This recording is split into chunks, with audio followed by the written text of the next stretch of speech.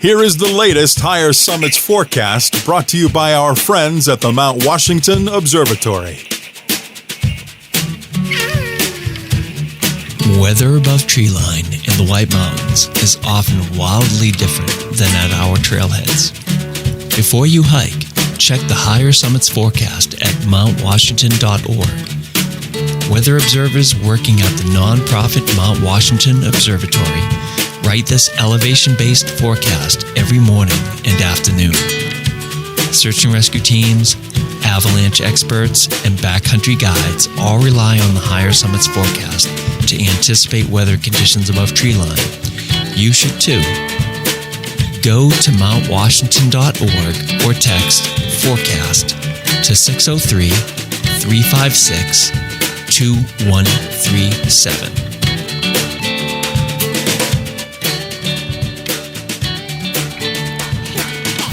And here's your forecast for Friday, March 1st and Saturday, March 2nd.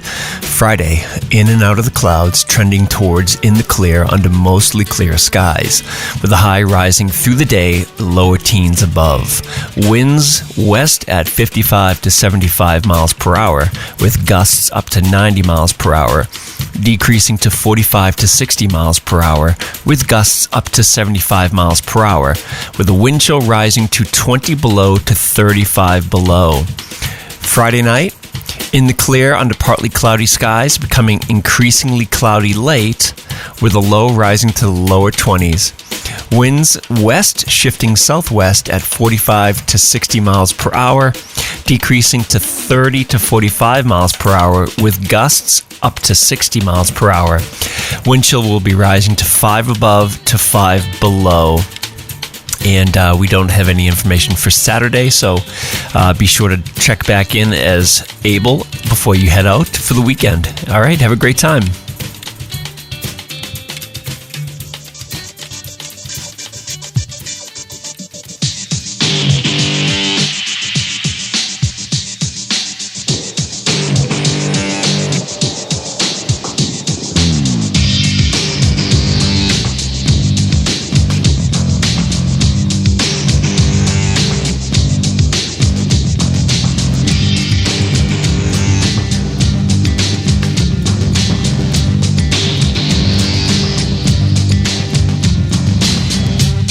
Broadcasting from the Woodpeckers studio in the great state of New Hampshire.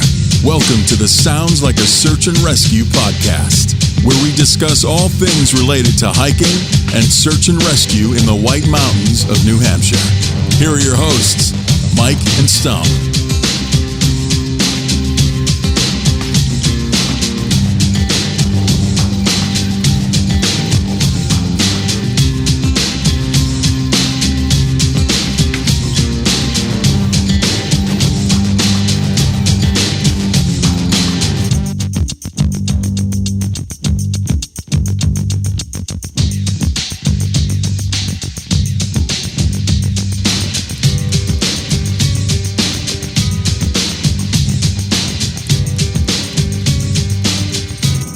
Stop. We are live, episode 142. 142.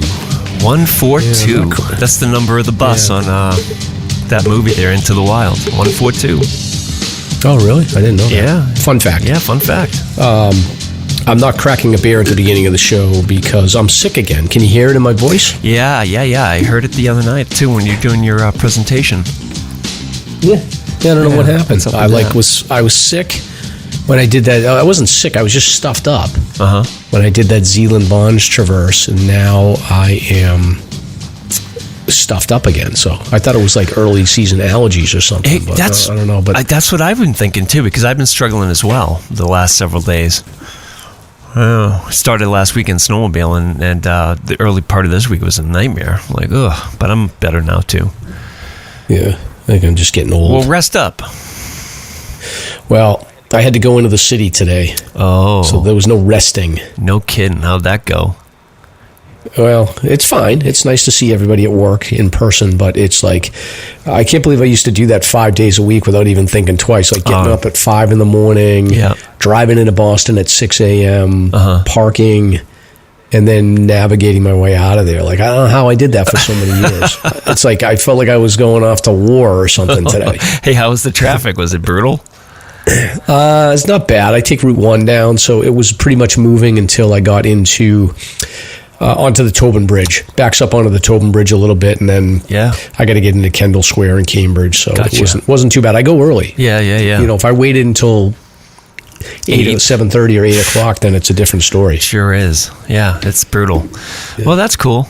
Nice. It's good. Yeah, so that's about it. All right, so welcome to episode 142 of the Sounds Like a Search and Rescue podcast. So this week we are joined by Erik Hamilton. Erik is the author of the recently released new book, He's back. The Other 52, A Hiker's Guide to the Lower 52 Peaks of the New Hampshire 100 Highest. So Erik's also a longtime blogger along with his wife Alana, and you can check out details of many of their adventures on their website, A Talk in the Woods. So we'll include that as a link in our show notes. So we hope that you'll enjoy hearing from someone who knows where all the less traveled corners of the White Mountains are, and we'll share some stories and advice about places listeners might not always think about to check out when but they're definitely worth knowing about. So along with Erik, we have a review of the Vermont 4,000 footers, and we got a missing hiker case and some drama in the snowmobile community. So I'm Mike. And I'm Stomp. Let's get started.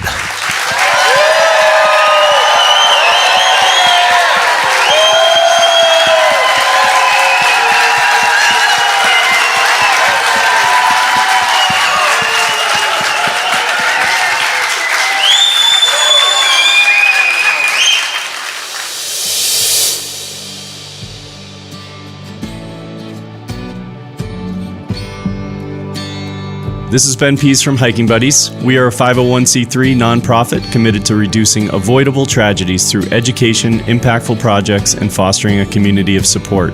You can find out more at hikingbuddies.org. We wanted to say thank you to those who have supported our mission, and most importantly, say thanks to those who speak up, who ask questions, and who are willing to provide guidance and assistance on the trails when needed.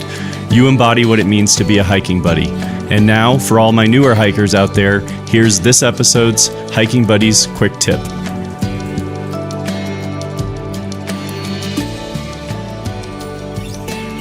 Leave no trace principles number 3 and 4. Dispose of waste properly and leave what you find. Pack out what you pack in, and don't pack out things you find on trail. You might disturb the fragile ecosystem.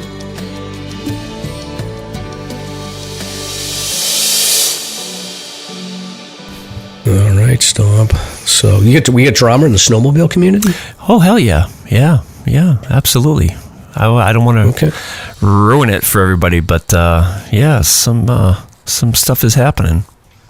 All right. Yeah. Well, Stomp, do you have the shame drop ready to go? I sure do. Why? All right. Well, congratulations to the Mount Washington Road Race lottery winners. Judy, her daughter, Marley, Tracy, Morgan, and 2 friends. Yeah. Congratulations. Yeah. Did you get in? No, I didn't even bother. All right, so shame on both of us. It's not that I didn't bother; it's that I forgot. I just was so busy with work that I forgot to put in for it. So interesting. I was on top of it, but I was too busy myself. But I'm also nursing. My right knee's a little funky, and I just, between being tight with time to train properly in my knee, it's like, nah, I'm gonna pass this year. And the crazy thing, I'm in like a text group with like Judy and Marley, who are friends. We did the Emily hike, and they were talking about it like multiple times. So it's not like I didn't get reminded of it. It just was, I just dropped the ball.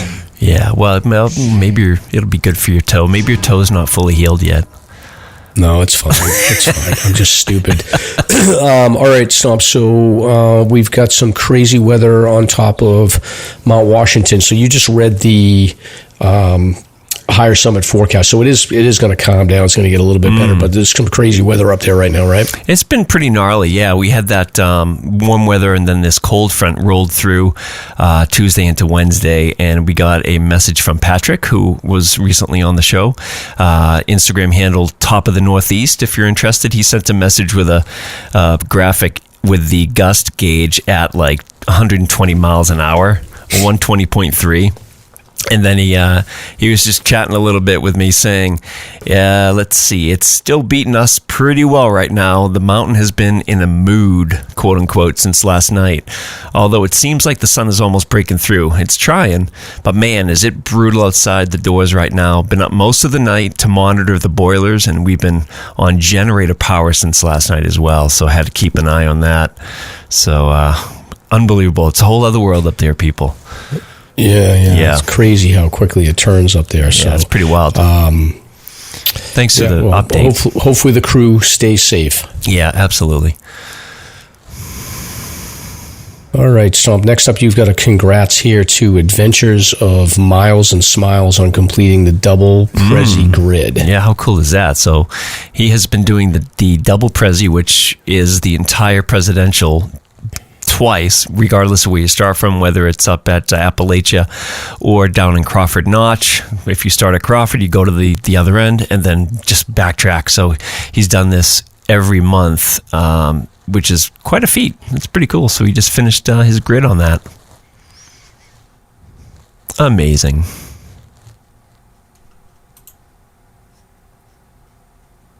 Hello? Oh, sorry. I was on mute, Stomp. Oh, okay. Sorry about that. Yeah, edit that out. Because I'm blowing my nose. So I just put myself on mute.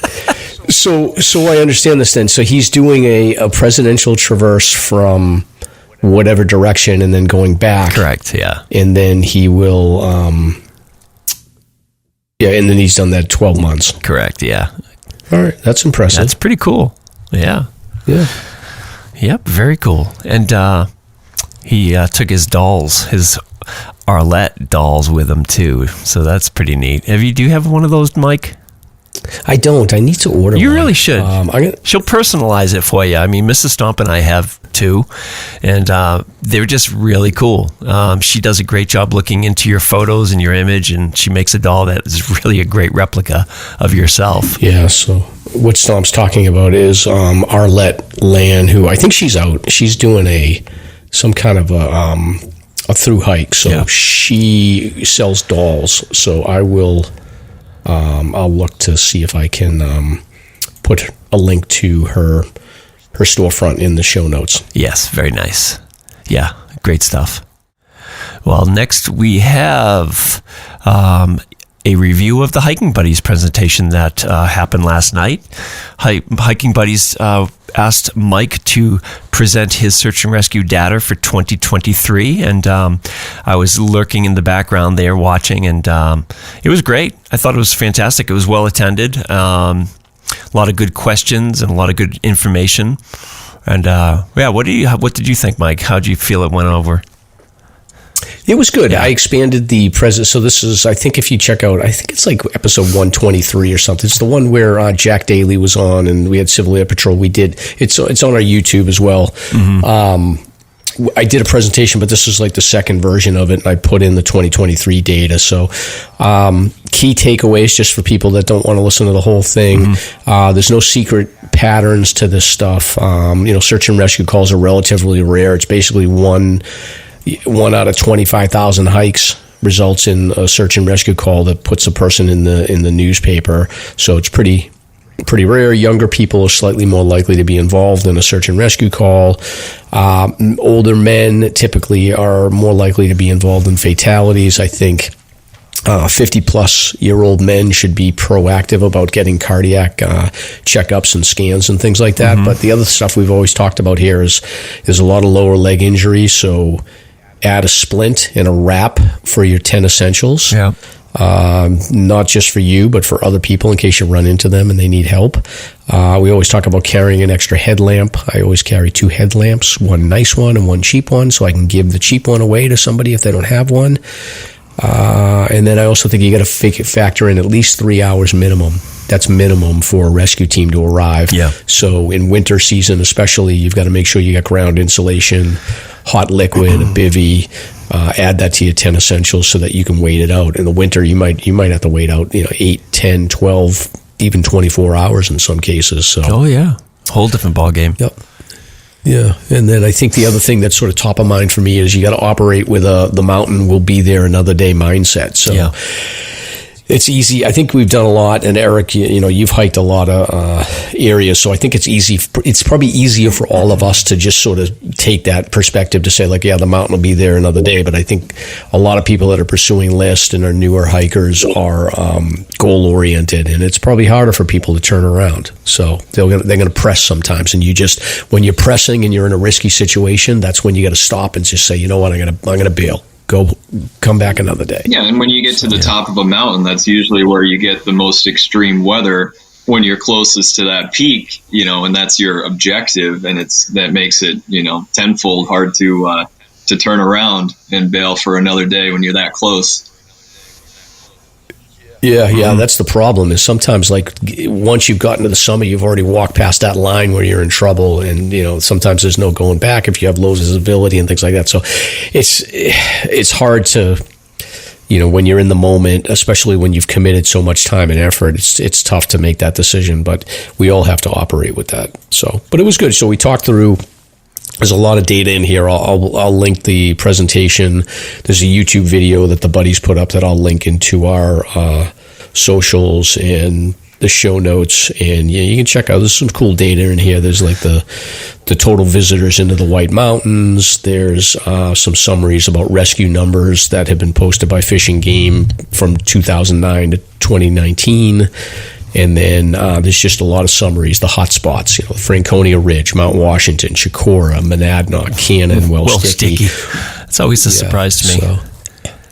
Well, I mean, and it's great. The Trailhead Stewardship Program has everything covered, basically. Yeah. They have all the hot spots covered. True. So there's some good stuff in here. We talked about a couple of different patterns that I had spotted, which I thought were kind of interesting. So there's probably in the last 5 years or so, there's like 6 or 8 cases of clusters of young people. Mm-hmm. So these are usually like, teenagers or 20-something-year-olds that will go out and hike together in groups of like 5, 6, 7, 8 people, and they end up getting lost or in trouble without lights and things like that. So there's been 2, 4, there's 7 of them that I've tracked in the last 5 years or so, where these large groups of young people. So I think if you're out there hiking and you see a group of young people, it's probably a little bit easier for you to just say, hey, how you doing? What are you guys up to? Are you enjoying your hike? And then poke a little bit. If it turns out that you feel like they might be a little out of their element, ask them some more questions. So yeah. And a good opener is, hey, I've got a podcast. I got a podcast. Yeah. They're going to be like, what?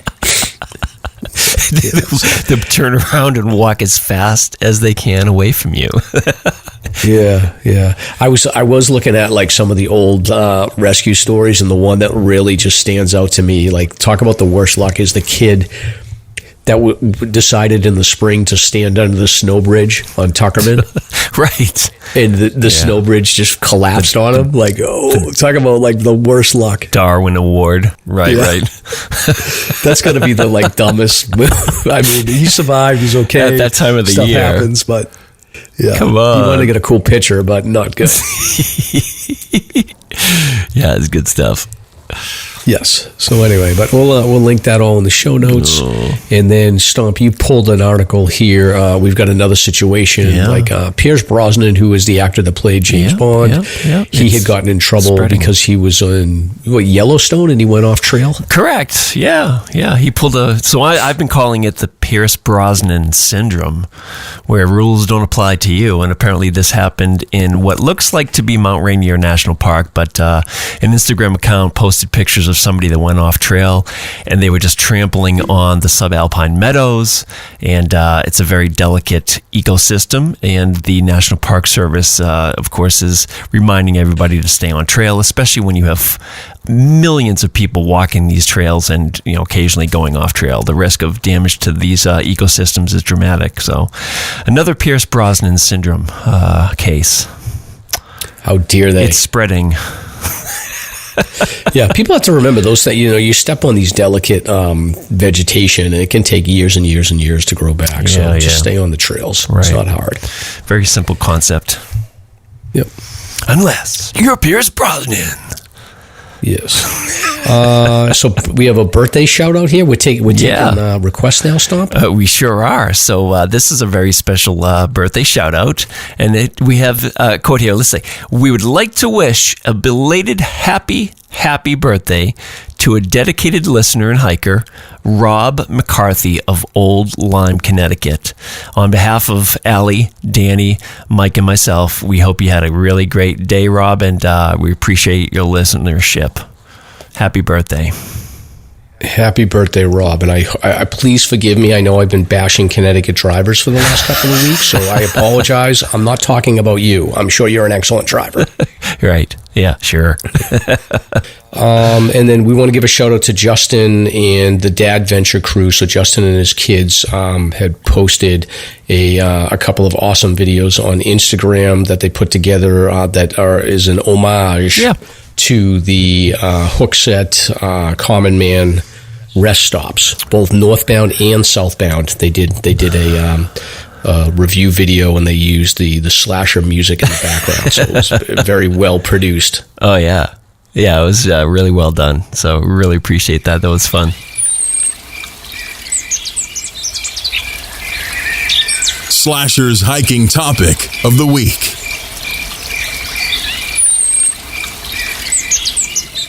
All right, Stomp. And then now you want to talk about the 4,000 footers in Vermont. We don't talk about these very often. Yeah, we don't. So here's a little brief review, and this comes on the heels of a notable hike tag by real #JB, who tagged us for her Camel's Hump hike, which brings her to 4 out of 5. So there are 5 4,000 footers in Vermont. We'll touch upon them in a moment. And that was with her dog Mookie.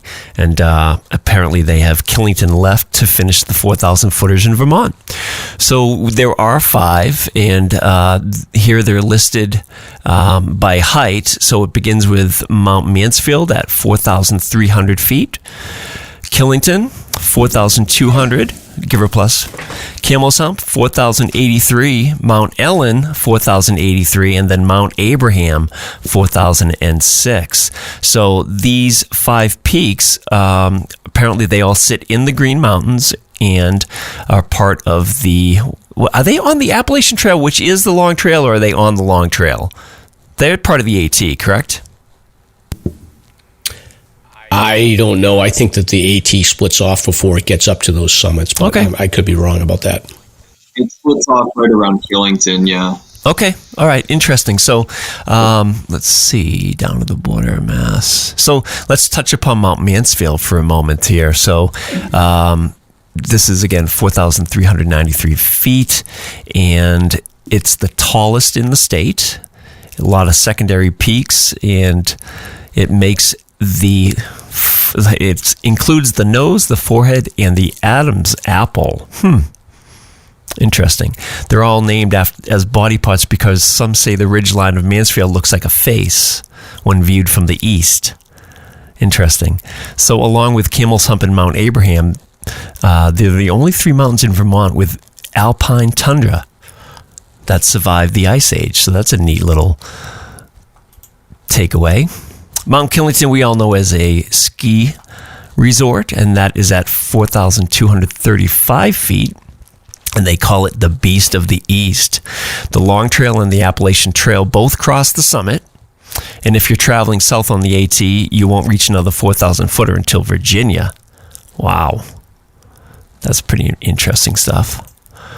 Let's see, Camel's Hump, number 3, 4,083 feet. It's the highest peak in the third highest peak in the Green Mountains, and this mountain is featured on the U.S. Vermont quarter because of the distinct appearance of the mountain.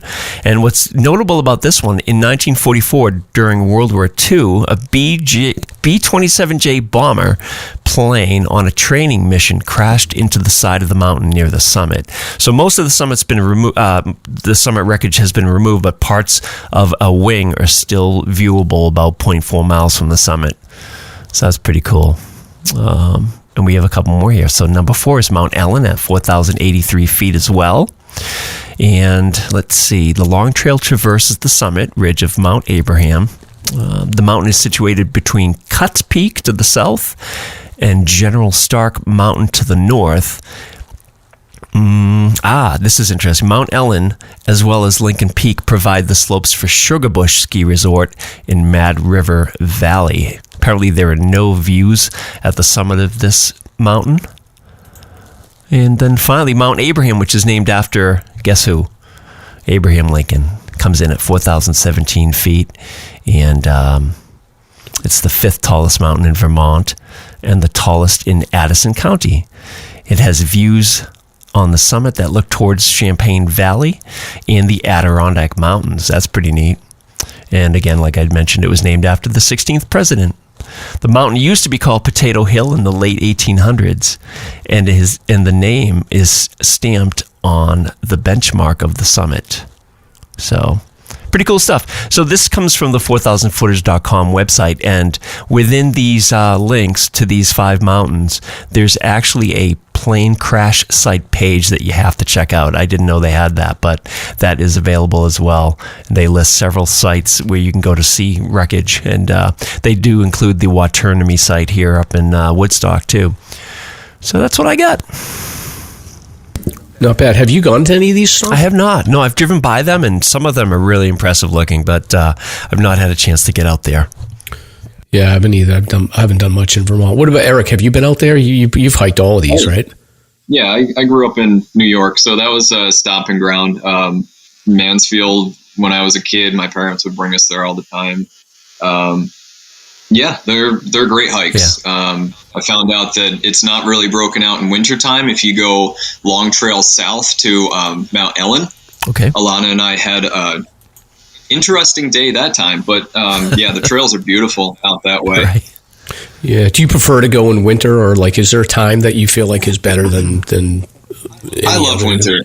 Yeah, winter, bushwhacking is great because you have the snow if you can time it right and get a nice, crust on that snow. But there's also no bugs. Yeah. I cannot stand gnats and black flies and mosquitoes, all the biting bugs. And there's just less people. It's quieter. It's, all the snow just silences a lot of things. So I like winter very much. Yeah, navigation's easier too. Yeah. Especially, going out and you can just follow your own tracks back to your car. Exactly. That's great. When you bushwhack, and I know that like this year is probably not that big of a deal, but like I found, I don't break trail that often, but I definitely ran into some challenges. Like on trail, sometimes you can step into, like a pine trap and a spruce trap, things like that. And when you're doing the bushwhacks, do you have any tricks? Like, can you just tell at this point, because you've been doing it so much in winter, like how to avoid those deep traps, or is it just come with the territory? It's hit or miss sometimes. I mean, I still go up to my my armpits sometimes in balsam fir and spruce, but usually, you start to get a knack, for picking the little, 2 inches of the tip of a spruce, sticking out of the snow, and you can kind of start to feel when snow gets soft and what to avoid and things like that. It just comes with experience. Yeah. I still get unlucky all the time. Oh yeah, it's brutal. I've found, I was like, all right, I just have to remember, no matter how tempting it is, it looks like the snow's a little bit lower on the side of the trail. Like, don't, stay in the middle, because you're going to fall in. But I think with bushwhacking, I guess once you've got your path on the way up and you follow your way down, then you're all set. But on the way up, it might be tricky if it's not broken out. Yeah, so it's always comes in handy to have trekking poles, or a lot of times, depending on winter conditions, I carry my ice axe and I use my ice axe. But I've used both of those to get myself, just to brace, and then to pull myself out of a spruce trap. It's just some tricks and things you learn throughout it's always easier with 2 people, but True. You learn out of necessity if you're solo. Yeah. Now, when you go with your wife, do you guys have like your roles, or do you switch it up? Like, do you lead sometimes and she leads sometimes, or do you have both have your system? Maybe a couple times, but our introduction to, or her introduction to bushwhacking was from Those Spur, which was a herd path to get up there. That was fine. And then we bushwhacked over to Kerrigan, which the AMC guidebook describes as one of the hardest bushwhacks in the White Mountains. It's tough. Yeah, for sure.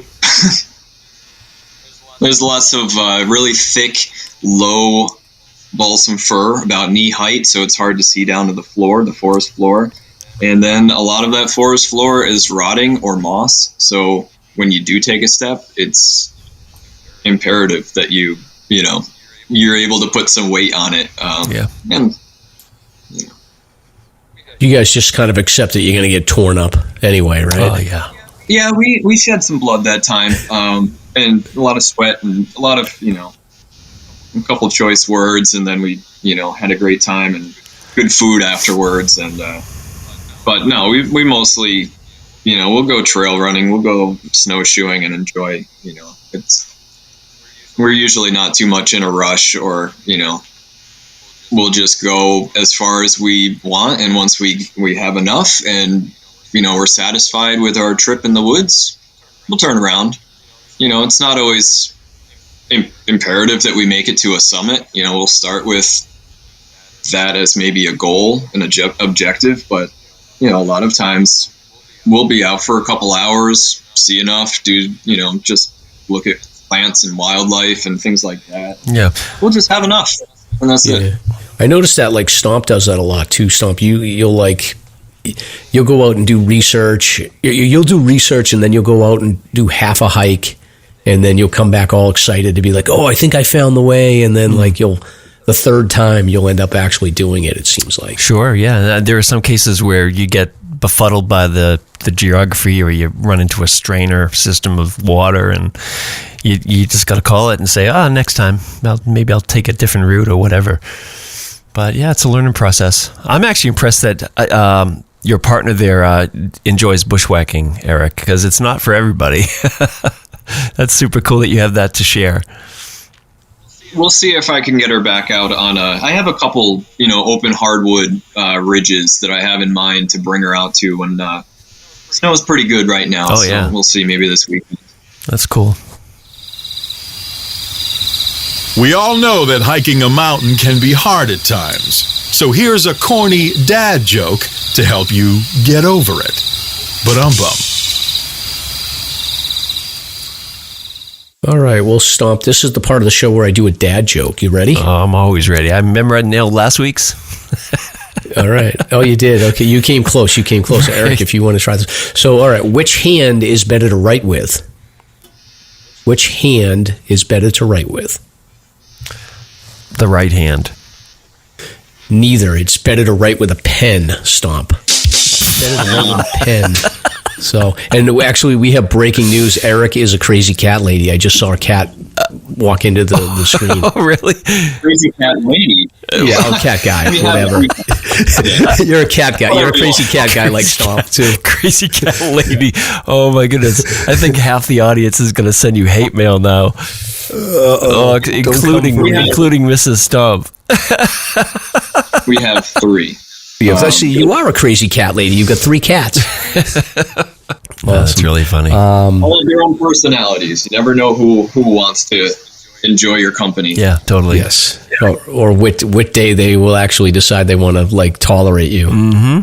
That's the way it goes. All right, Stomp. So this part of the show, we do a sponsor here. Yeah, let's talk about Fieldstone Kombucha, which might help you when you're cold, Mike. So, Fieldstone Kombucha, New England's premium craft kombucha company. If you're in the heart of New England, you need to drink a New England-style kombucha. Softer, less acidic, and truly enjoyable, our kombucha is naturally effervescent and boasts full-bodied flavor. Fieldstone crafts the best seasonal flavors. When we tell you there's blueberries in our Baby Bandit flavor, it nearly turns your tongue blue. Women-owned and operated, we brew in Rhode Island using whole, locally sourced ingredients. Fieldstone Kombucha is the perfect replenishing drink after a day on the slopes or a trek in the woods. It's chock full of probiotics and healthy acids to keep you in top form. Find us at Biederman's in Plymouth, Mad River Coffee House in Campton, the Concord Food Co-op, and more. Check out our website for the full list of New Hampshire and New England-wide locations. Use code SLASR, SLASR, on our website for 10% off an online order shipped straight to your door. And that's fieldstonekombuchaco.com. We just got our new order of holographic car stickers for the podcast. I have no idea how we're going to get them to you, but what I'll do is I'll start by giving a bunch down to Spinners in Andover, Mass. Spinners Pizza Parlor off Dascombe Road, Route 93, and we'll also give a pile to Ski Fanatics, which is a great store right here on Exit 28 in Canton, so you can check those out. They came out really nice, Mike. They're cool. Yeah, I like them. They have like a reflective like thing going on. Is that what it is? Yeah, from certain angles. So it's really neat. They're cool. Just something different. Yep. Let's see, if you want to advertise with us, we're getting a lot of good feedback from the advertising options that we do here. And, we're not making any jinger on this, but it's helping us pay the bills. So if you have something you want to plug, just get a hold of us and we will tell you what is available. And let's see, we did have some coffee donations, which are also very helpful for us.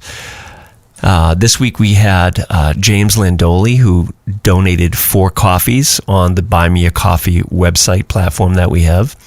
Warren Wheelock donated 5, and Warren is a member of the Waterville Valley Athletic and Improvement Association in Waterville, and they do all kinds of great activities for the local community. Thank you, Warren. And Ellen donated 5 coffees as well. So thank you very much, everybody. Really appreciate it. Thank you, everybody.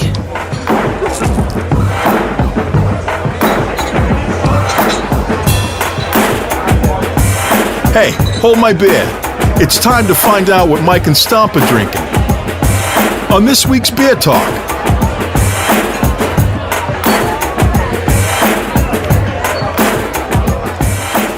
And I'm assuming you're not drinking any beer tonight, right, Mike? It's the time of the show where we talk about beer. I'm just drinking water, Stomp. I apologize. Yeah. I just couldn't do it tonight. Yeah, it's all good. How about you, Erik? Anything? I am drinking some homemade chaga tea. Oh, sweet. Homemade chaga, as in you find the chaga in the forest yourself, or do you purchase it from local vendors?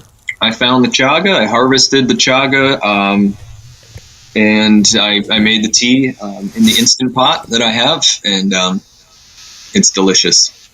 All right. Instead of talking about my dumb beer, can you tell us a little bit more about how you what's the recipe? Do this process? What's the process? Oh, sure. It's pretty easy. If you know what to look for, which I'm not going to get into harvesting and finding the chaga. Yeah, don't worry about that. That's fine. Just do a little research, and it's all over the internet now. You can find videos and things and how to. But it's usually best to harvest it when it's as cold as possible. So wintertime is best. I usually have an ice axe that comes in very handy to harvest it, because this stuff is like rock hard onto the trees. So you just break it off, and then usually I'll break it even further, because it can come in a pretty good size, like the size of a hiking boot chunk. So I usually just take a hammer or a mallet and, with some eye protection, just break it apart into like marble size, and then do a batch of tea with low pressure, for about an hour. And from there, the chaga will just break down. You can use it 2 or 3 batches or so. It's supposed to be healthy.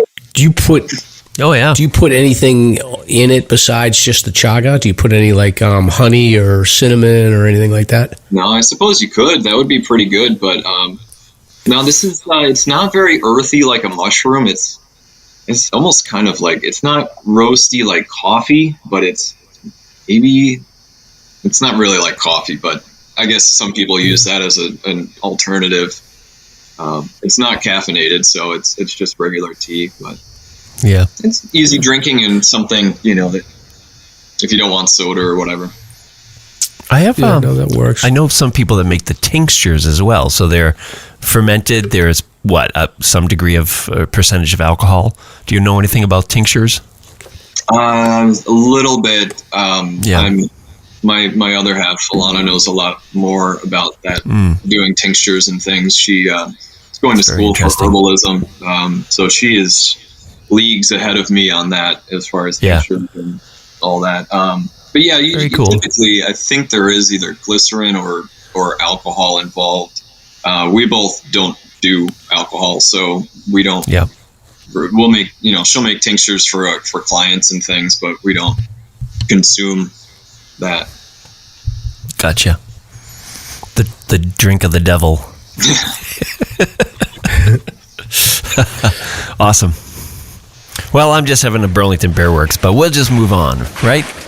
All right. Yeah. I'm jealous. I knew we should have gone left back there. Stomp, don't worry. I know it's this way. I've got a feeling in my gut. Are you sure you're not about to have a bowel emergency? Totally. We got this. But I just blew out my hip. Fell down that gully with my 40-year-old microspikes. Suck it up, Stomp. It's 4 p.m. We're at 3,500 feet. We got 9 miles back to the parking lot. Your leg may be broken. We got no cell connection, and we can't feel our fingers. But we're finishing all of my list tonight. By the way, I need some water. I'm empty. I would if I could see what I'm doing, but my headlamp batteries are dead. You gotta be kidding me. What a chump. This is the last time I hike with you. Whatever, mister. Do you know me? I have a podcast. Whatever. Let's find out what Mike and Stomp have been hiking. So this is the part of the show where we'll talk about recent hikes. So, Erik, I actually want to start with you. I was checking out your blog. And I was thinking about this when I was on Z-Cliff the other day. I was looking at White Wall, and I was just thinking about how much I want to climb up that slide. But you actually went on I think it's a recent hike where you went up you didn't go up the slide in the winter, but you came up from like Mount Tom in that area and then connected onto White Wall. Would you be willing to sort of share the details of that hike with the listeners? Absolutely, yeah. So. And if you could just speak towards your microphone, you're dropping off a little bit when you turn your head. Sorry. So White Wall, it's down in Zealand Notch. It's the iconic mountain that has the big west-facing gash. There's a big fire in that area. From all the logging and everything, the logging railroads, all the cinders flying out. So they essentially just burn the area. There's a lot of history to that, but that's White Wall Mountain, and I've tried it once before. I've always assumed I was going to climb it by the slide. That's all the research I've ever done for the past 4 or 5 years. I tried once. I ended up getting sidetracked with a gentleman, a team of people. Somebody was having a medical emergency, so I had to literally run over to Zealand Hut to help with that. But the weather was trash that day anyway. I wouldn't have done it. So I've been waiting for the weather opportunity. And in the meantime, what was it? A week and a half ago, I had this epiphany one day looking at maps like I do so often every day. I went from Crawford Notch up the AZ Trail over the Tom Field Col to get to West Field last year in the wintertime, and I had a blast. I've heard nightmares of shoe-sucking mud, and I just had really crusty snow and just beautiful woods. So I had the idea, why don't I just keep going on? I've never been past in that area of the wilderness, so I thought, why not keep going on? There's from the west. No, wait, from the east. So you went up to the mountain from the east. Yep. Gotcha. So up and over the Tom Field Col, and then I kept going down, pretty steep down.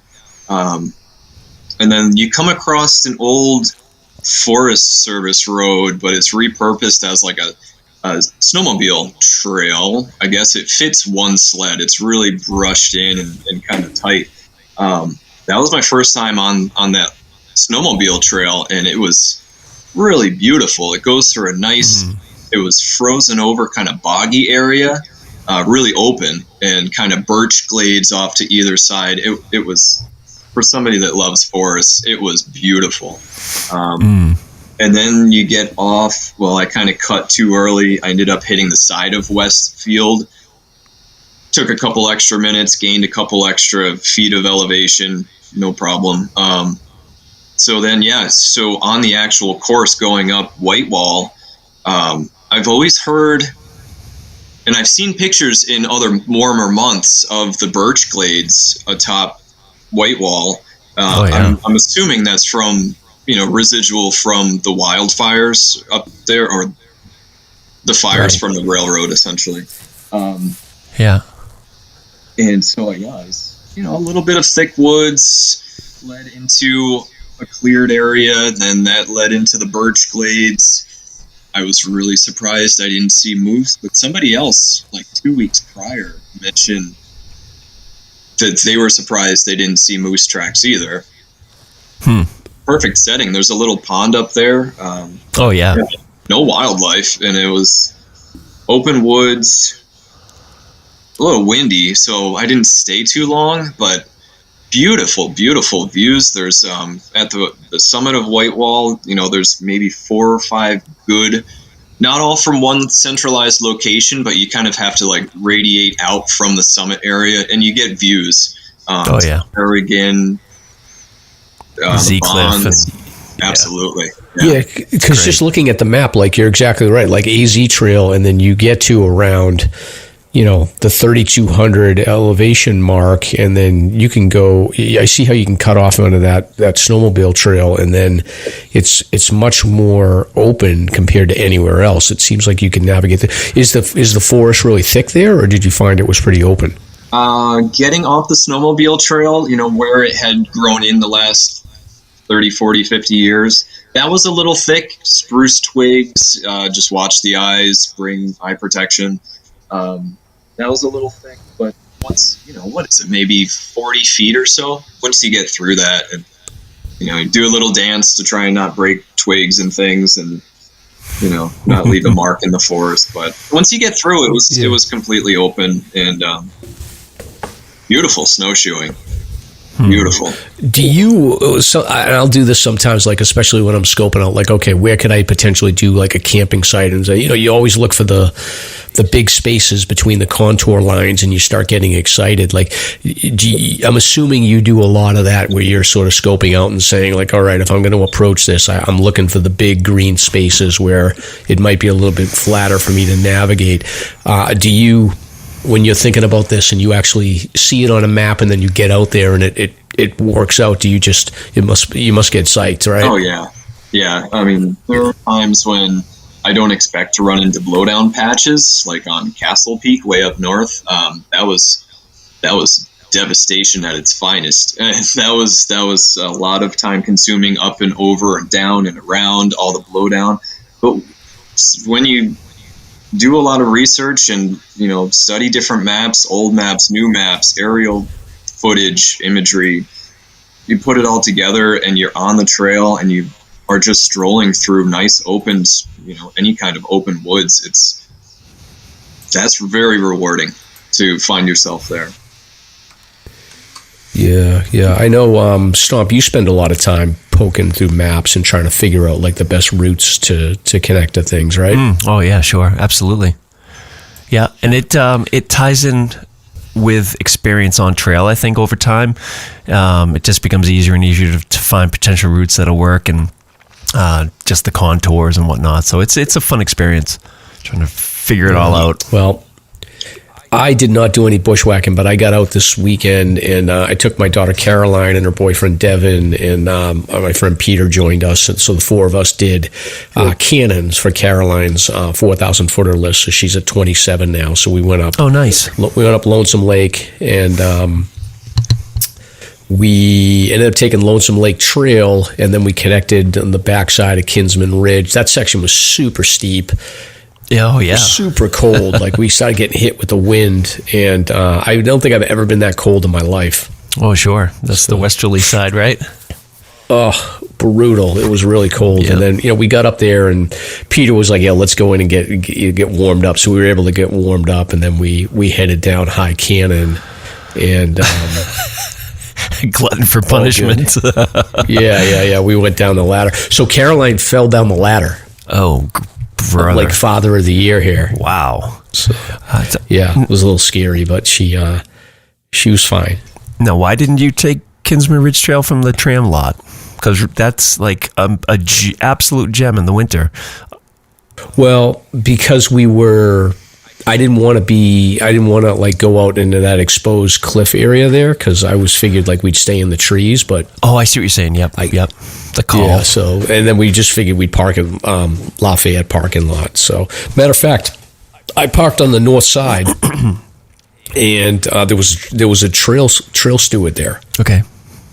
So I immediately like had to unpack all my stuff. I'm showing him all like, look, I got my headlamps, I got a map, I got everything. I'm ready to go.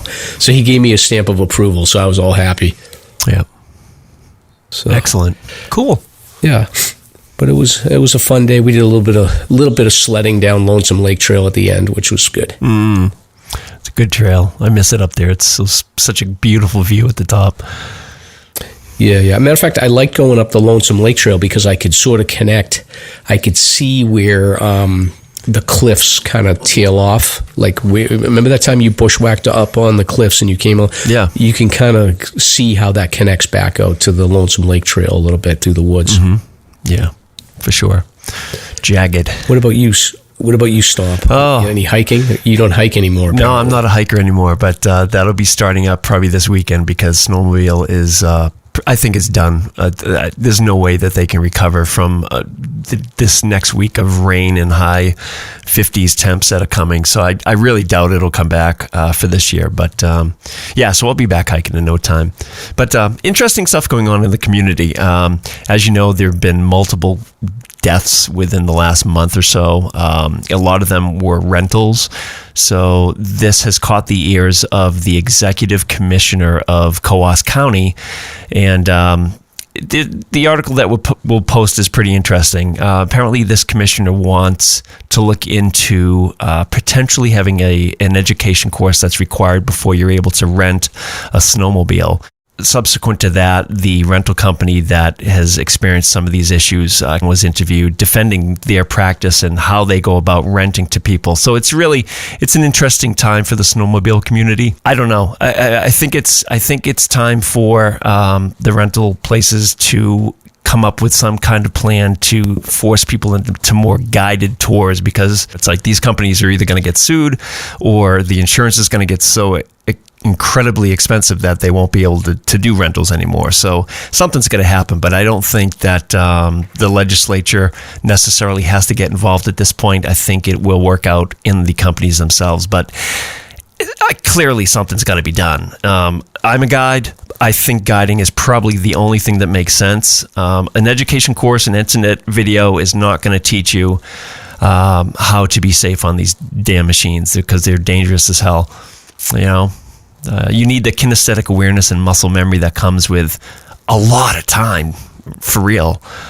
So I don't know. I'm passionate about it, and we'll see what happens. But a lot of stakeholders involved with this issue. Yeah, I wonder if they could limit the areas where rental drivers could go until they get certified. I don't know. I mean, man. I think you're right. Just going with a guide at minimum makes the most sense, because at least then if something happens, you're going to be with somebody. This lady that died from Westford, Mass? She was in a rental vehicle, but she wasn't with a guide. Correct. Yeah, these are all rentals coming out of a company up in the north.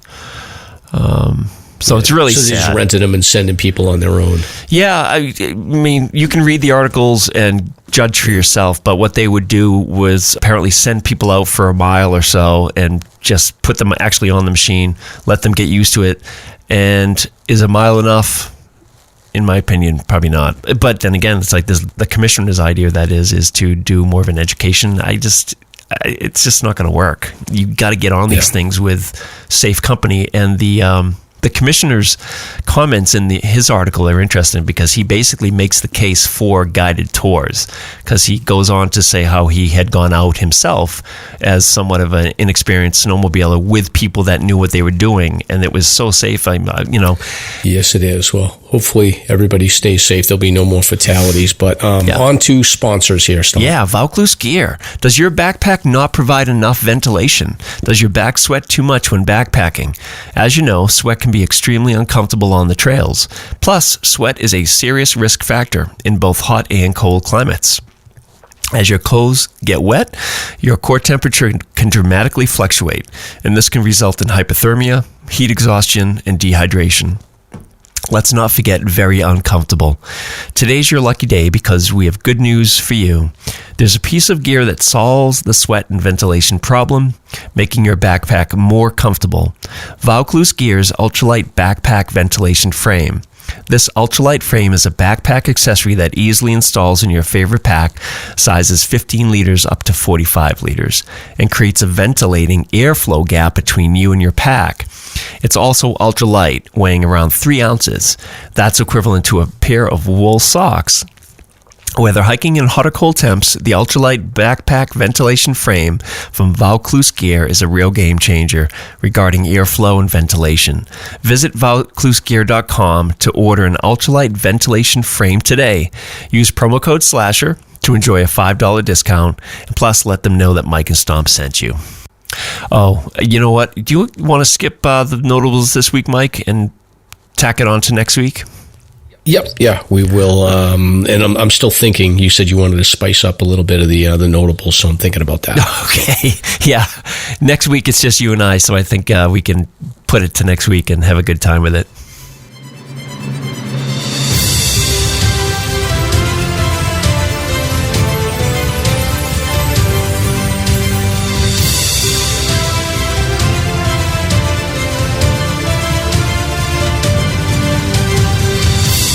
It's time for Slasher's Guest of the Week. Very cool, very cool.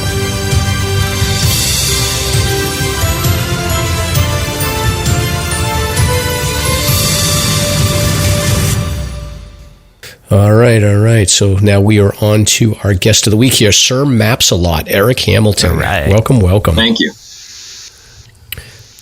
So, Stomp, why don't you kick this off? All right. So we got a message from one of our listeners regarding Erik, and this was Mike Ladavaya.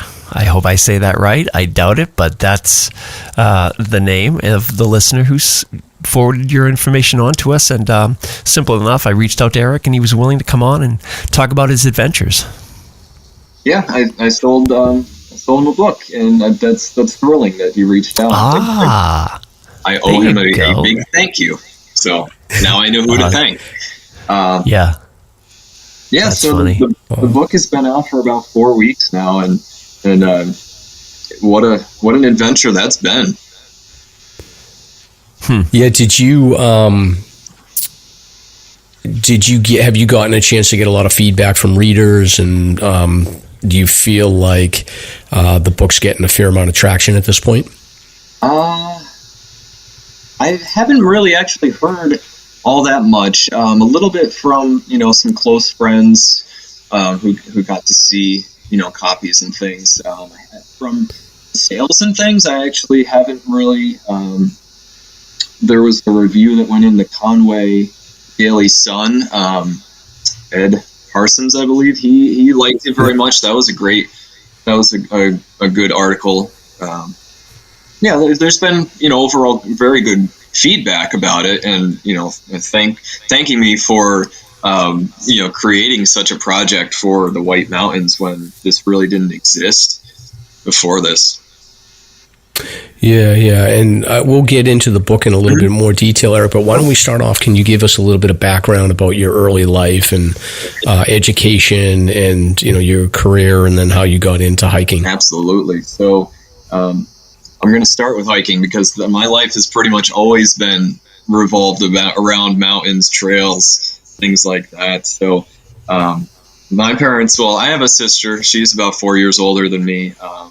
And so we, as a family, when I was, 4 or 5, my parents would get my sister and I, and we'd go hike at the local state park. Eventually, I grew up in the southern Adirondacks, so naturally, my dad was all about the high peaks and the Adirondacks, and a little bit into Vermont, the Greens, the Catskills, but most of my time as a child was really spent in the Adirondacks, the Faro Lake Wilderness, Algonquin, Marcy, Cascade, all the ones that have become accessible and easy for most beginners now.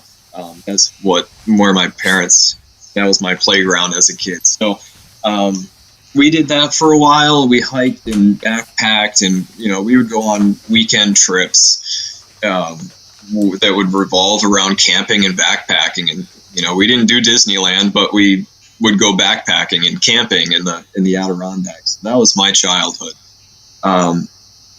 So I pretty much, around the time of age 10, my parents decided they didn't want to be together anymore. And that really kind of pulled my life apart. As a 10-year-old, I really didn't go into the mountains much. As soon as they told me, I ran. I remember that.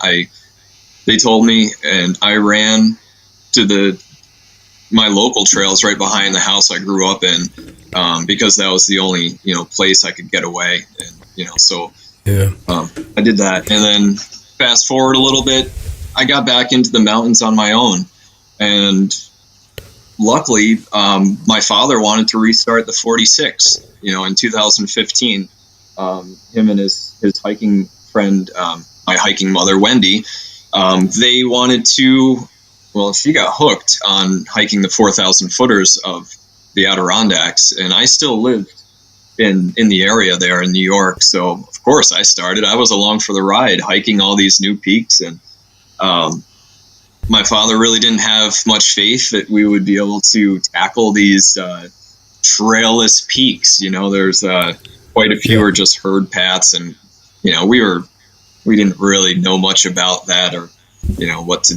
So we just tackled them one at a time, one weekend at a time, and before we knew it, we June 4th, 2016, the three of us in tears stood atop Haystack Mountain in the Adirondacks, and we became 46ers together, and that was a monumental moment. Definitely, crafted, it shaped, sculpted the direction of my life. I'm sure that moment. So shortly after, I ended up moving to. I did my first cross country road trip, and then at the end of that, I hiked Moosilauke, and that was my first hike up any New Hampshire peak, and I was hooked. Walking through those alpine grasses in September, October was just beautiful. It's we have alpine in the Adirondacks, but that was just a vast, open mountaintop. I never experienced anything like that, and I wanted to call home. I wanted to visit more. What a perfect first mountain too. It's the same with the thru hikers. That's usually their first mountain that they really get to see. Okay, this is the whites, and then you can just see everything laid out in front of you. Oh, so yeah. I can see how it can be like a spiritual moment for someone that's already into hiking and has found a new place. Yeah, I felt like maybe I exhausted the Adirondacks, needed a new place, and I could even see the Adirondacks from, the summit of Moosilauke on that day. It was very clear. I remember. So a couple months went by, and I ended up moving. I've moved a couple times for different reasons. Most of that was that I lived in a bus for a little while, but that's a little while later. So started hiking the New Hampshire peaks, the 4,000 footers, with people, but I was mostly, mostly with myself, honestly. I met some people, and there's a really interesting story about a friend who I met in the Adirondacks. His name is Ryan Mitchell, and I'm not sure if he's actually still in New Hampshire. It's been probably a year or so, but crazy story is I ran into Ryan Mitchell in the Adirondacks. He was finishing his New England 115 atop Mount Mitchell. So that was my first time ever running into him. And then I moved to New Hampshire. I start hiking, and I was, getting ready. I was getting ready to finish the 48, the 67, and the 111, 115. There's 115 peaks in the New England. So I was getting ready to finish, and I went for it atop Mount Kerrigan. Cold, snowy, end of October, beginning of November day. So I stood on the summit of Kerrigan for my finish, those 3, all alone. Nobody else was at the top of Kerrigan. I had a blast. It was beautiful. Lowell and Anderson and all of those just covered in a nice dusting of frost and snow, and it was just peaceful. So on the way down from Kerrigan, who do I run into? Ryan Mitchell. He was there for somebody's grid finish that I didn't know them, but it was so good to see a familiar face. So I talked to him for like 15 minutes, and then we parted ways. And then he messaged me out of the blue, and then when I was finishing my winter 48, little 2 years later or so, he actually ended up joining me for my 48th peak atop Isolation. So it was the 2 of us just trail running with snowshoes and just having a blast in the snow. So that was really the first time that we got to hang out. And then he actually messaged me again, and the most recent time that I saw him, he wanted to go for, it was the first day of spring. So we ended up doing a presidential traverse in, I would say, winter conditions, but it was technically the first day of spring. That was just a blast. 6 hours and 4 minutes. I never thought I would do a presidential traverse like that, but we just had a ball and we ran and played it as safe as we could, and we got done at 11:30 in the morning and said, wow, that was fast. What's next? Wow. Yeah, and I think, so Stomp, I don't know if you know the name, but Ryan Mitchell, I'm familiar with him. I think I may be connected on social media, but he is the FKT holder for the Winter Hut to Hut. That's right. Oh, okay. That's right. Gotcha. Yep. Yeah, so. Epic. I don't know if he's still around. I feel like he might have moved out of the area, but yeah, good dude. Yeah, from what super good. Anybody know what his time was? Yeah, it was about 18 hours. Nice. So he must have been moving light and fast. Oh, yeah, in the winter? Oh, sure. Can I, before we move on, Eric, can I get your take on the whole light and fast thing and how to pack if you're trying to do something like a hut to hut in the winter? What's your take on that? I've been thinking a lot about hardening the pack for light and fast runners so that they don't get into trouble out there. Yeah, I think it's honestly better if you go with more people. That way you can bring the right amount of appropriate gear, and spread it out between more people.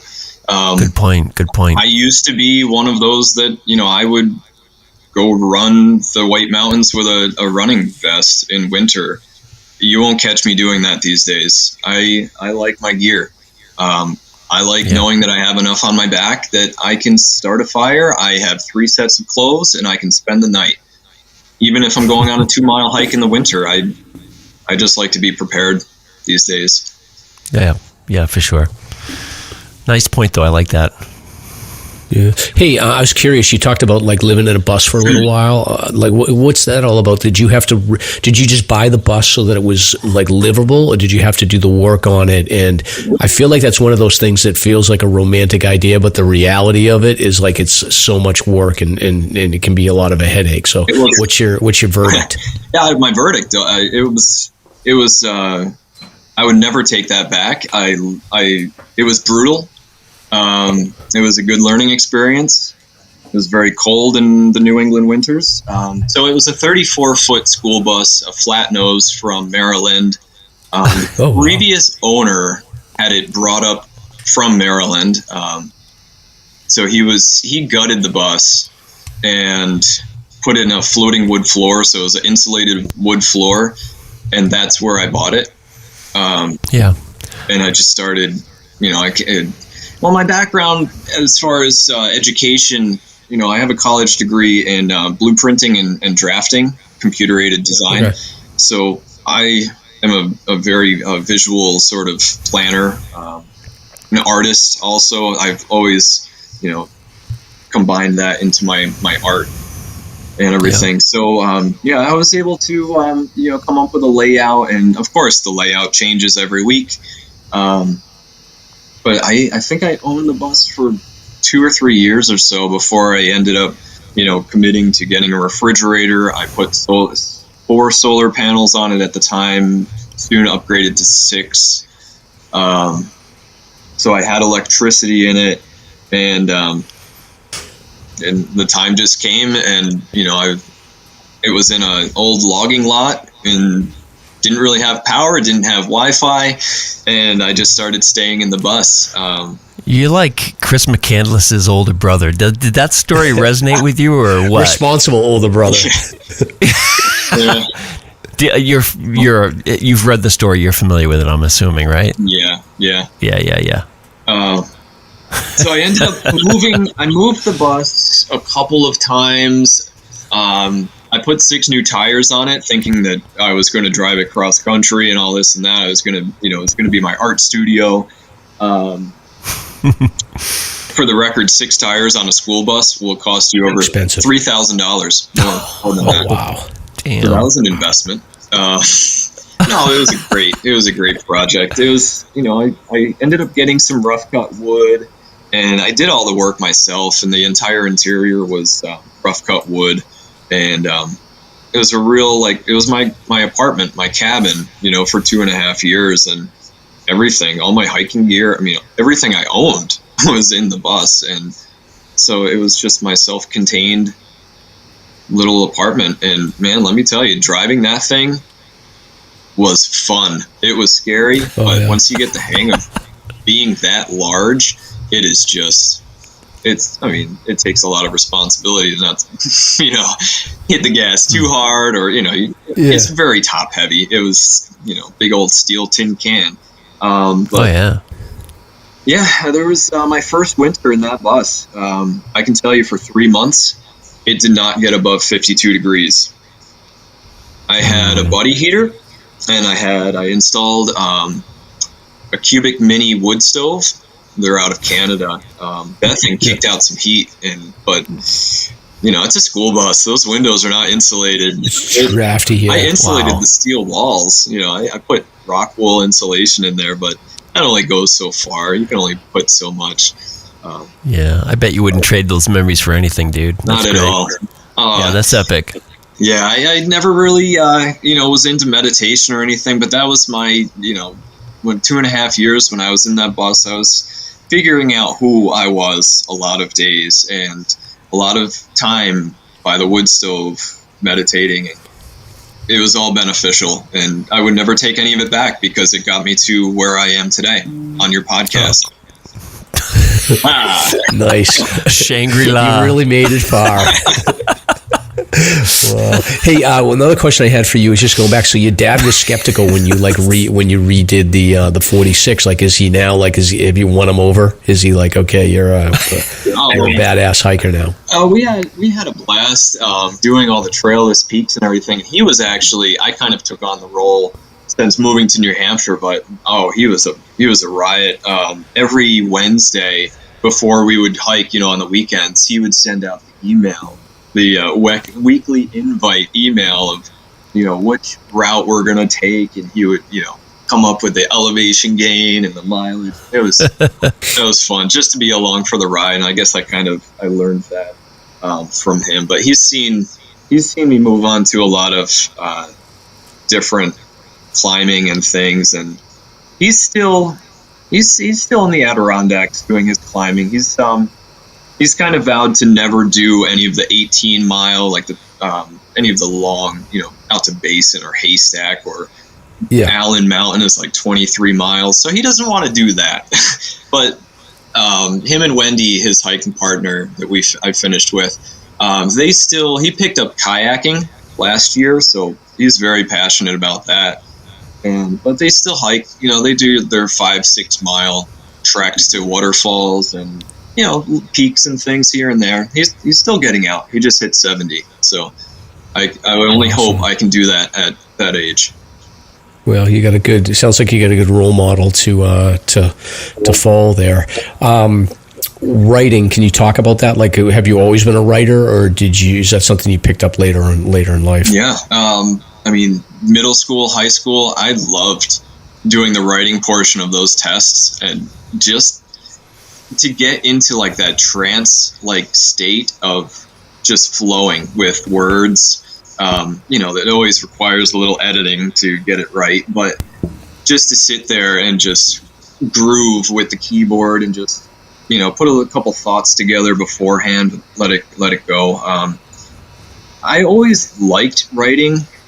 It's interesting going back like 6 years to read some of my early like trail reports and things. It's atrocious. So I guess I kind of developed my own style. I like using old, hiking guidebooks. I have some, going back quite a ways for the Appalachian Mountain Club guidebook. And so I like to dig through those, get historical facts and find out what different trail corridors were used for, and just try and make my writing a little bit more substantial than just, it's a rocky trail, you take a left and then a right and then a left and then you're there. That's boring to me. So I like a little bit more substance. So, some history, some context.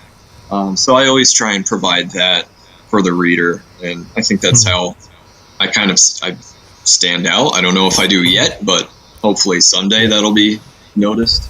So that's what I'm going for. And it's very satisfying to sit down and just get into that writing state.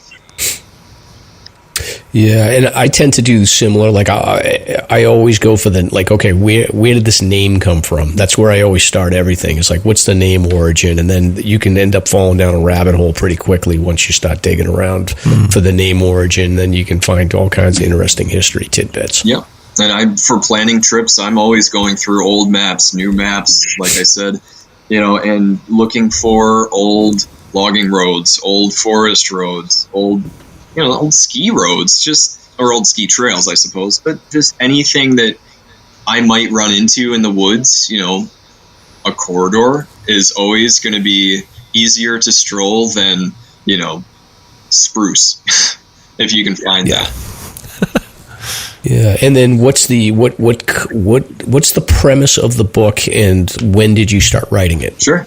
So I finished the New England 100 highest at Mount Fort Mountain in Baxter State Park, September or so, after I got back from the most recent cross-country trip with Alana.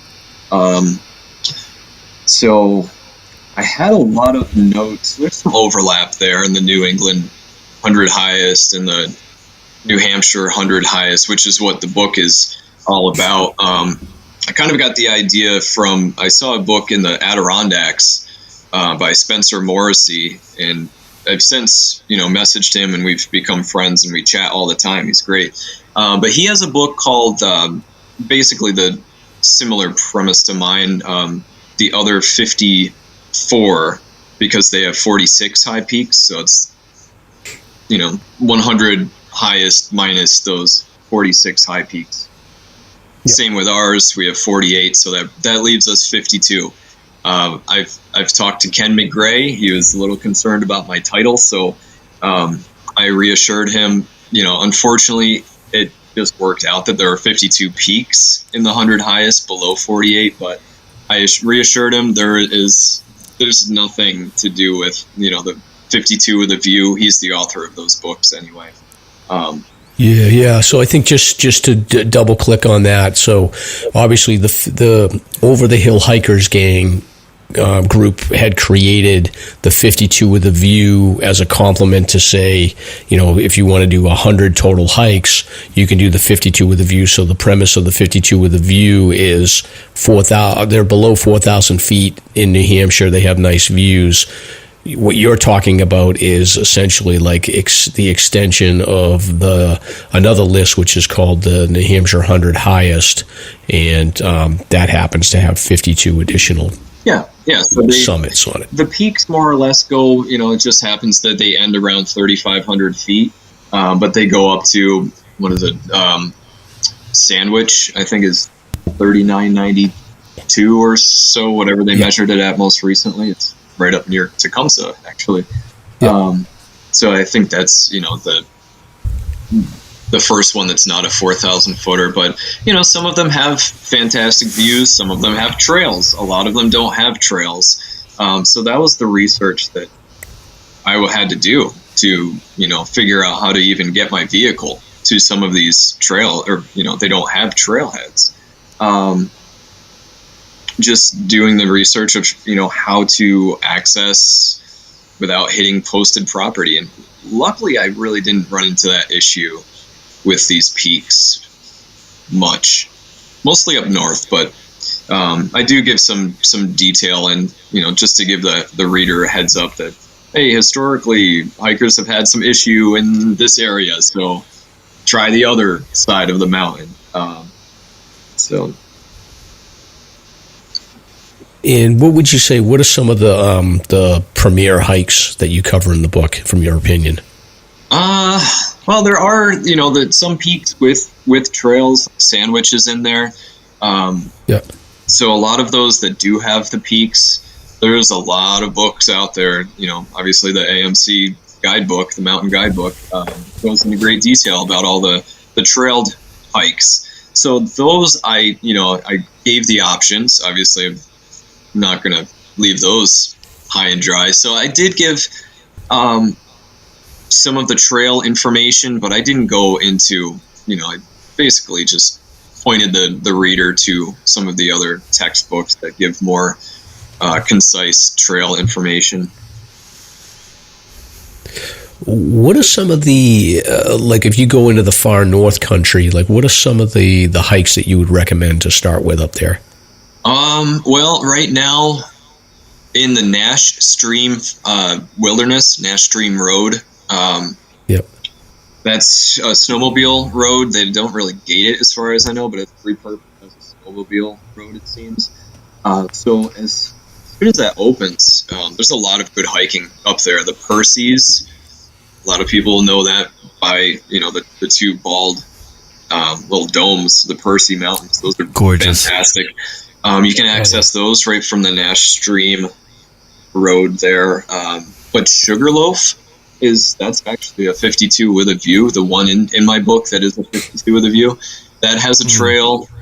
So I mean, that's, if I had to recommend anybody visit a peak, that's probably one I would suggest, or Sandwich. They have trails, marked trails.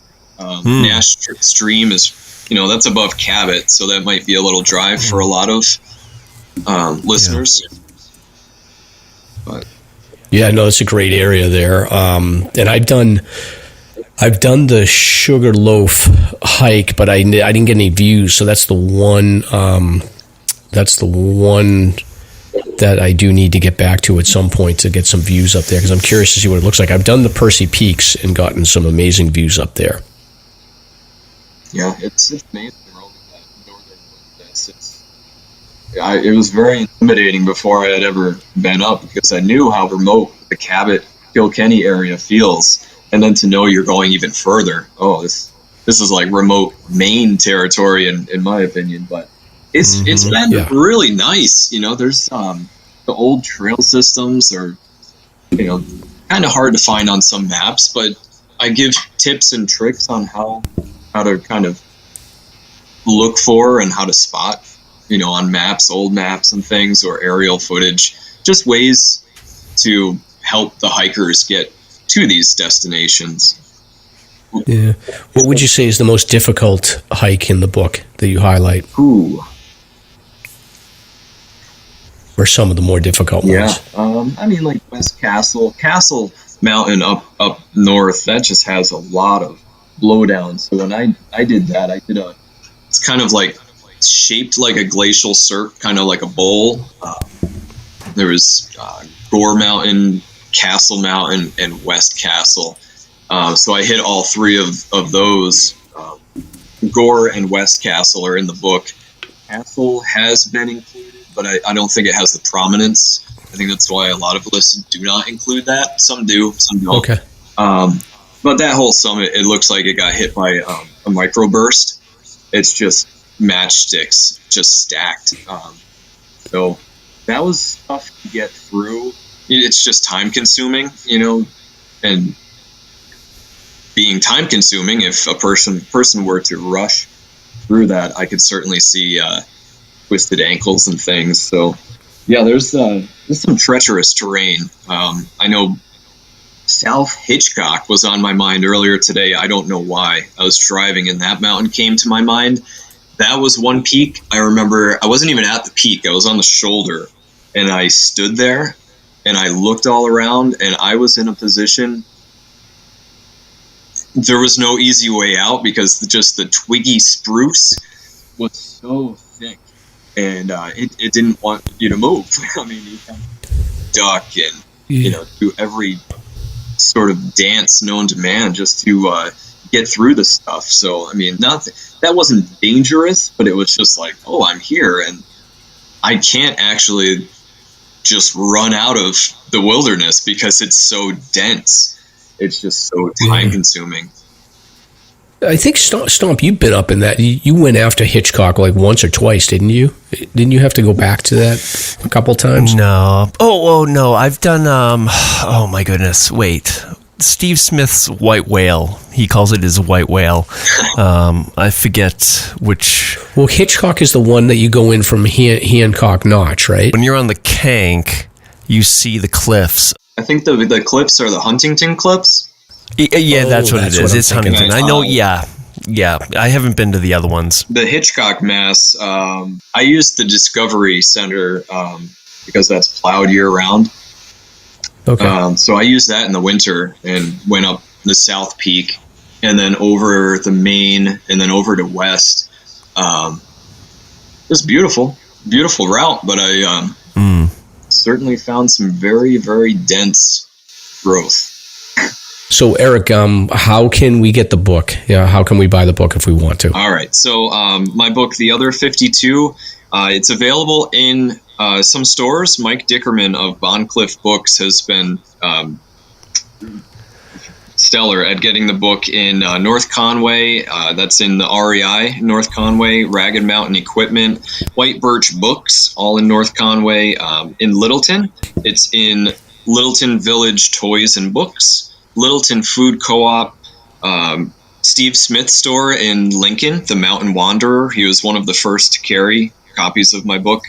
Yep. It's in a few more. I got it in a couple Vermont stores, but most importantly, you can find my book right on my website, where my blog is. Alana does some writing on there. I do a lot of my writing. That is www.atalkinthewoods.com. Okay. Yeah, and listeners, this so Eric's website is really good. He's got like trail reports in here, and he's got a ton of them, and it's I've been like strolling through them over the last week and a half, and it's really worth checking out for sure because he's got a lot of really interesting reports here. So. If you're looking for ideas on hikes, you can literally just go on to your blog and just get some ideas. Mm-hmm. Yeah, I had somebody just message me a couple days ago, said she was recovering from knee surgery or something, and so she can't get in the hills, but she found my blog, which is pretty much essentially bringing her into the hills, which that's a huge compliment, and to be able to bring joy, that's my job's complete. Yeah, and are you doing? Are you pursuing high points, state high points, or is that just? Or is that just something like if you're around that area, you just happen to get a high point? I am. Yeah, Alana and I, we both are. I'm at 31. She's not too far off. I was able to. Well, I went in 2022. She encouraged me to go cross country, and I was able.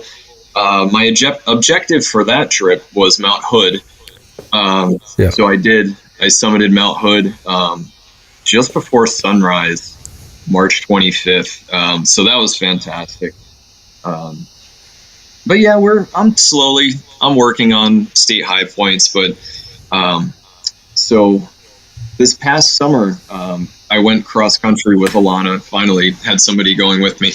I ended up winning a climbing grant from the American Alpine Club that called the Live Your Dream Grant. I've been applying for a couple years and, basically just said, I can't win if I don't try. So I've been applying, and we were going camping in Maine, and I ended up somehow getting an email come through. And it was an email from the American Alpine Club that I won their grant.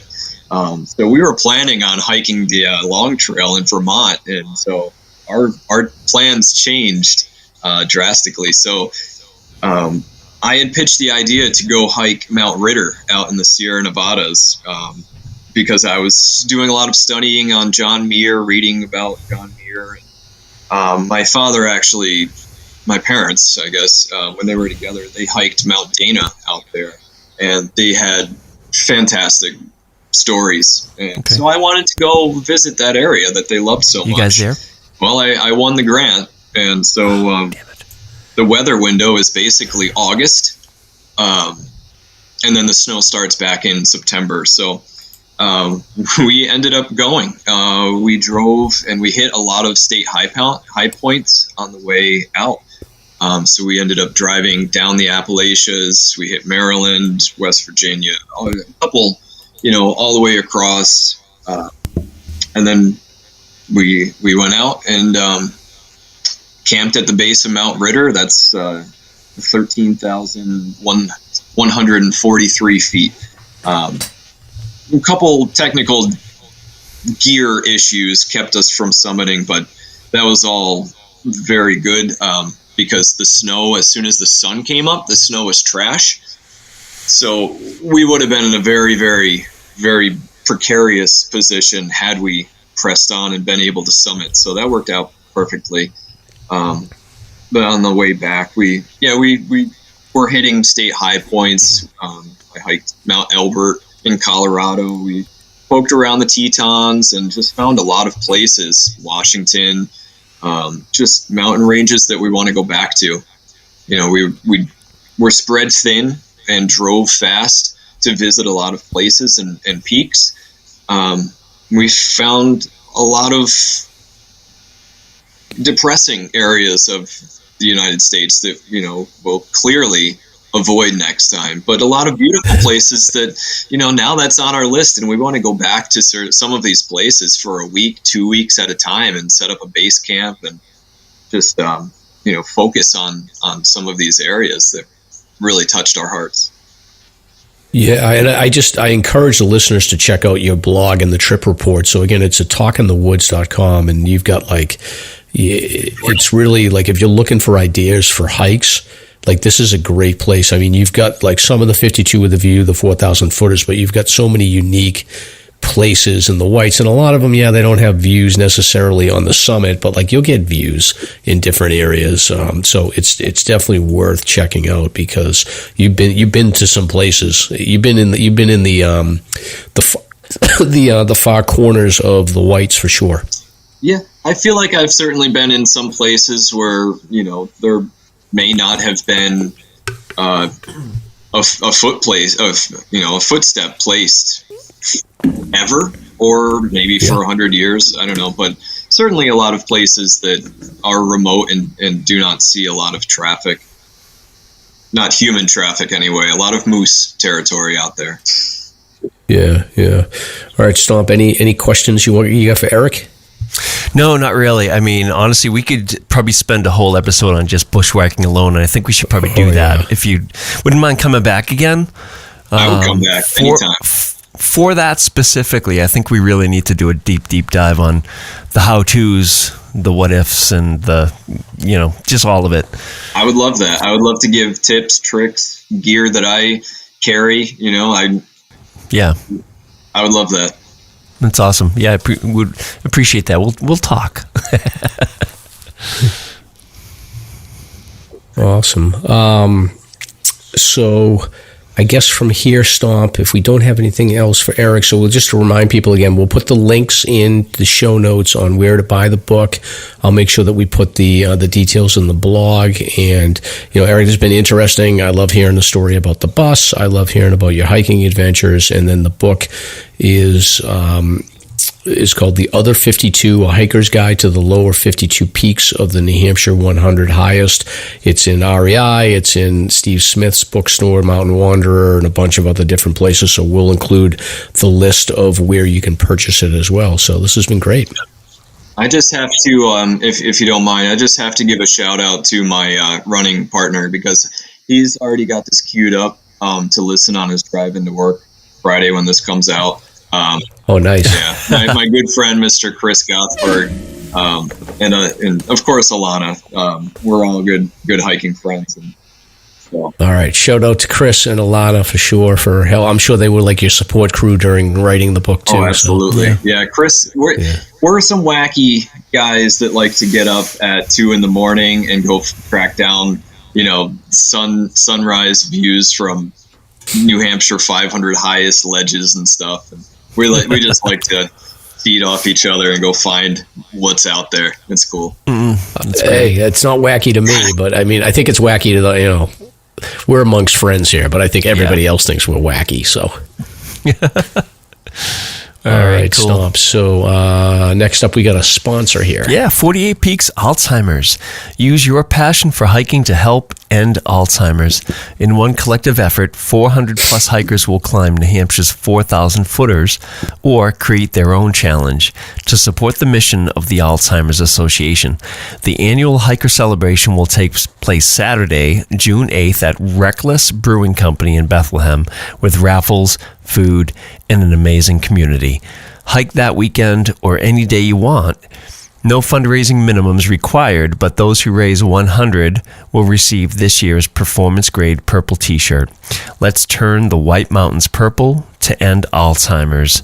Visit alz.org/48 peaks. That's alz.org/48 peaks to learn more.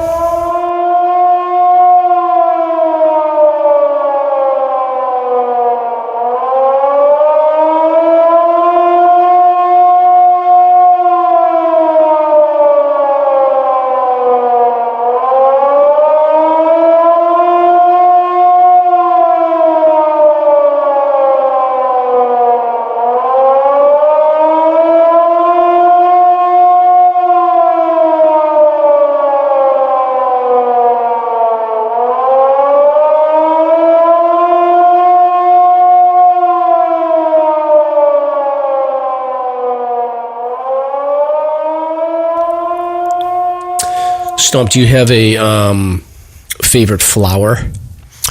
Let's see. No, I don't. I love them all, Mike. I love them all. Okay. Well, this is a story about hikers that got in trouble hiking in a place called Linville Gorge Wilderness that leads to Daffodil Flats. So it's in North Carolina. And it was a hiker had to get pulled out of a difficult situation.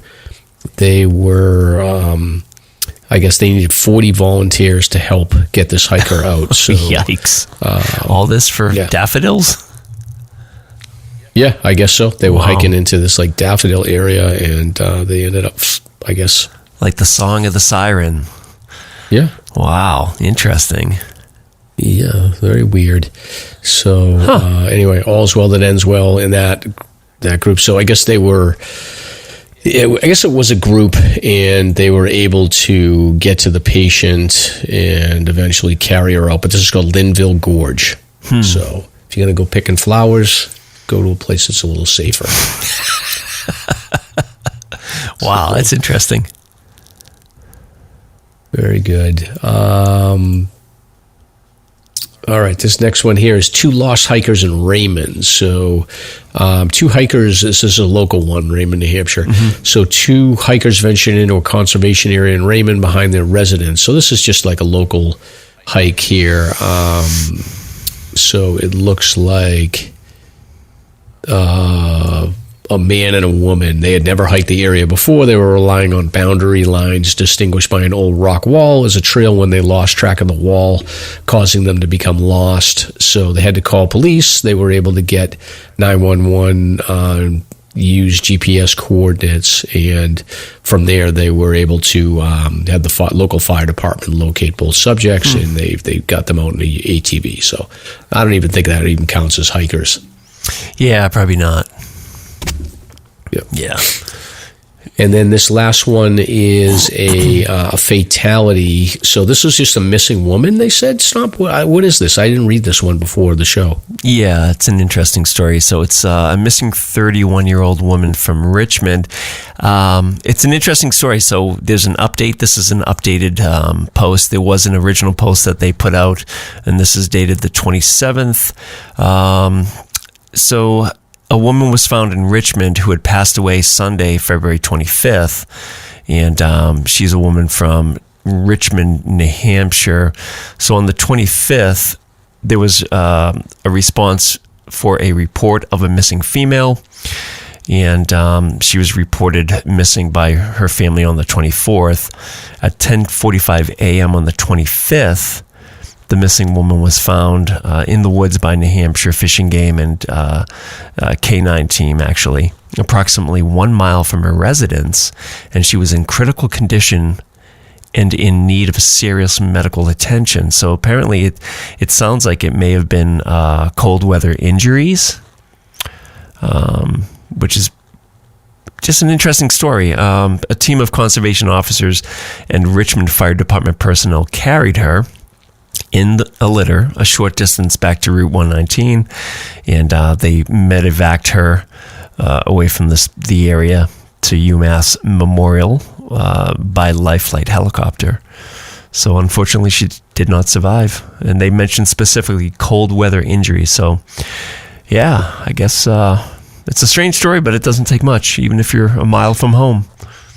Yeah, and this is like on the southern border, so it's right on the Mass border by like Athol and Gardner in that area there. So it's not really in the mountains, but that's just a sad story. It sure is.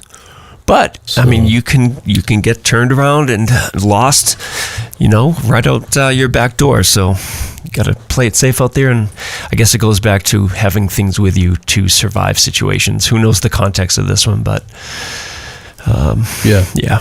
Well, I mean, it's been a quiet hiking incident week here, so that's good. I know we've had a couple of busy weeks with search and rescue, so yeah. But yeah, condolences to the family for sure, and hope everybody stays safe out there this weekend. Yeah, right on. All right, Stomp, anything else? I think we are good. I hope you feel better. Try some Chaga, Mike, or some kombucha. Yeah, I got the Chaga tea, Eric's Chaga tea. I'm going to try that. So, all right, cheers. All right. Nice. Later. Thank you for listening. If you enjoyed the show, you can subscribe on Apple Podcasts, Spotify, Podbean, YouTube, or wherever you listen to podcasts. If you want to learn more about the topics covered in today's show, please check out the show notes and safety information at SLASRPodcast.com. That's SLASRPodcast.com. You can also follow the show on Facebook and Instagram. We hope you'll join us next week for another great show. Until then, on behalf of Mike and Stomp, get out there and crush some mega peaks. Now covered in scratches, blisters, and bug bites, Chris Staff wanted to complete his most challenging day hike ever. Fish and Game officers say the hiker from Florida activated an emergency beacon yesterday morning. He was hiking along the Appalachian Trail when the weather started to get worse. Officials say the snow was piled up to 3 feet in some spots, and there was a wind chill of -1 degree.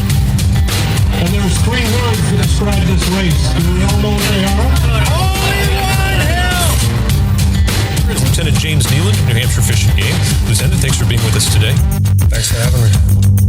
What are some of the most common mistakes you see people make when they're heading out on the trails to hike here in New Hampshire? It seems to me the most common is being unprepared, and I think if they just simply visited hikesafe.com and got a list of the 10 essential items and had those in their packs, they probably would have no need to ever call us at all.